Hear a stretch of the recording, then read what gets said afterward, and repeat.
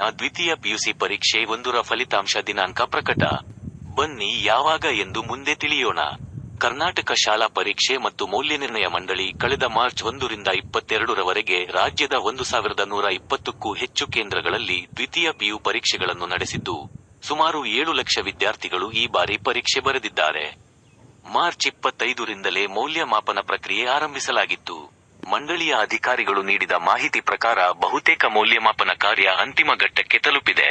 ಇನ್ನೊಂದು ವಾರದೊಳಗೆ ಮೌಲ್ಯಮಾಪನ ಪೂರ್ಣ ಮುಗಿದು ಅಂಕಗಳನ್ನು ಕಂಪ್ಯೂಟರೀಕರಣಗೊಳಿಸುವ ಕಾರ್ಯವು ಪೂರ್ಣಗೊಳ್ಳಲಿದೆ. ಹಾಗಾಗಿ ಅಂದುಕೊಂಡಂತೆ ನಡೆದರೆ ಏಪ್ರಿಲ್ 2ನೇ ವಾರ ಫಲಿತಾಂಶ ಪ್ರಕಟಿಸಲು ಚಿಂತನೆ ನಡೆದಿದೆ ಎಂದು ಹೇಳಿದ್ದಾರೆ. ಏಪ್ರಿಲ್ 10 ಅಥವಾ ಆಸುಪಾಸಿನ ದಿನದಲ್ಲಿ ಫಲಿತಾಂಶ ಪ್ರಕಟವಾಗುವ ಸಾಧ್ಯತೆ ಇದೆ. ಧನ್ಯವಾದಗಳು. ಮುಂದಿನ ಎಲ್ಲ ಅಪ್ಡೇಟ್ಸ್ಗಾಗಿ A1 ಚಾನಲ್ ಅನ್ನು ಸಬ್ಸ್ಕ್ರೈಬ್ ಮಾಡಿ ಹಾಗೂ ಈ ವಿಡಿಯೋಗೆ ಲೈಕ್ ಮಾಡಿ, ಶೇರ್ ಮಾಡಿ.